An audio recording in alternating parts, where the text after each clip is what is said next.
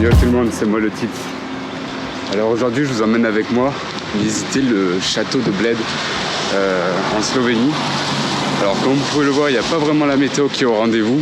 Je crois qu'il pleut même sur l'objectif, c'est pas top. Mais bon, c'est pas grave. Je vous propose d'abord de faire un tour de la ville et ensuite on va taper cette ascension en direction le château de Bled. Allez, c'est parti.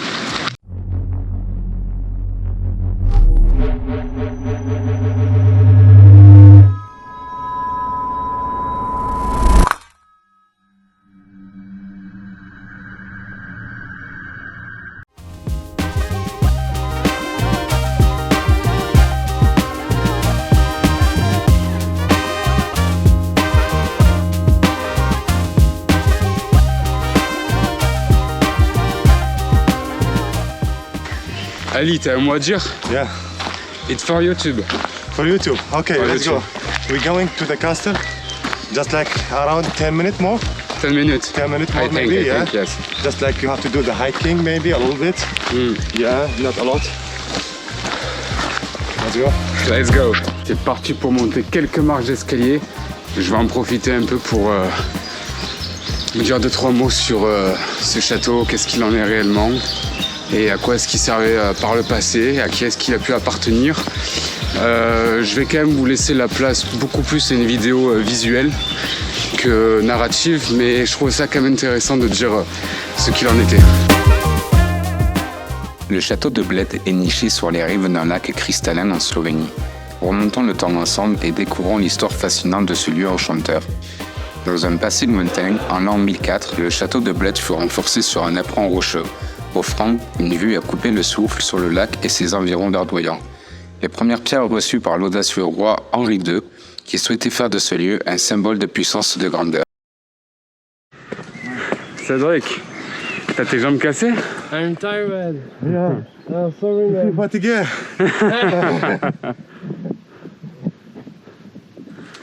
Et regardez ce qui nous attend encore. On vient du bord du lac. Encore. Tan, tan, ta, tan, tan, ta, ta, ta, ta, ta, ta, ta, ta, ta, ta, ta, ta, ta, ta, ta, ta. Faut que je leur mette un trou.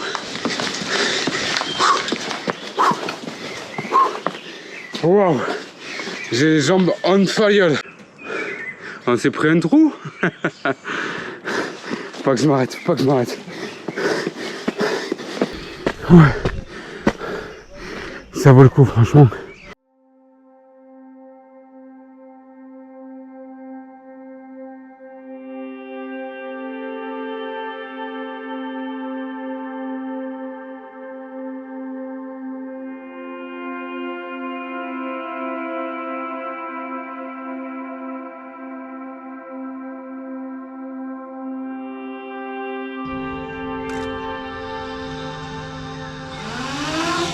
Bye.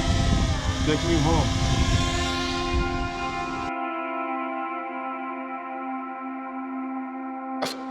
Au fil des siècles, le château de Bled traversa des périodes de gloire, mais aussi des périodes plus sombres. Il a été le témoin de nombreux événements historiques, mais a toujours su conserver son charme intemporel. De nobles seigneurs et de puissants chevaliers ont résidé entre ces murs conférant au château une aura mystérieuse et de romance. Cependant, le véritable joyau de ce lieu extraordinaire se trouve sur une île située au milieu du sol. Dans quoi est-ce qu'on s'embarque Alors là, pour vous expliquer, on a loué un canoë, comme vous pouvez le voir, pour rejoindre une île qui est là-bas. Donc ça va être quelque chose d'incroyable. Mais autant vous dire que celui qui pagaie, c'est sa première fois. C'est quand même une galère de pagayer. On nous dit qu'il y en a pour 25 minutes, mais à mon avis c'est 25 minutes quand tu sais bien le faire. Du coup là, on va en avoir à mon avis pour plus 40 minutes de pagaie. En tout cas, c'est une expérience incroyable.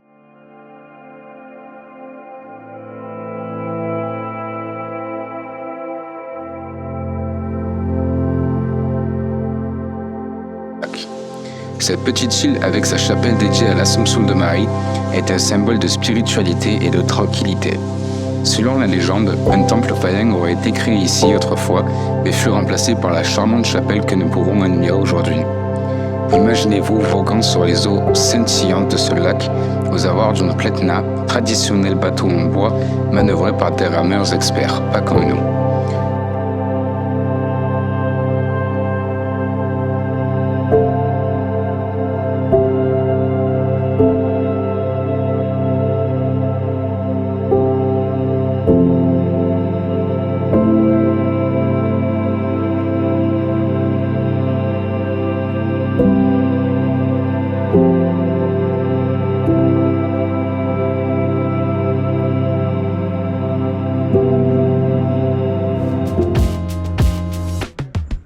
Une fois sur l'île, montez les marches qui vous conduisent à la chapelle et profitez de la vue panoramique à couper le souffle. N'oubliez pas de sonner la célèbre cloche des vœux. On dit que chaque vœu formulé ici se réalise.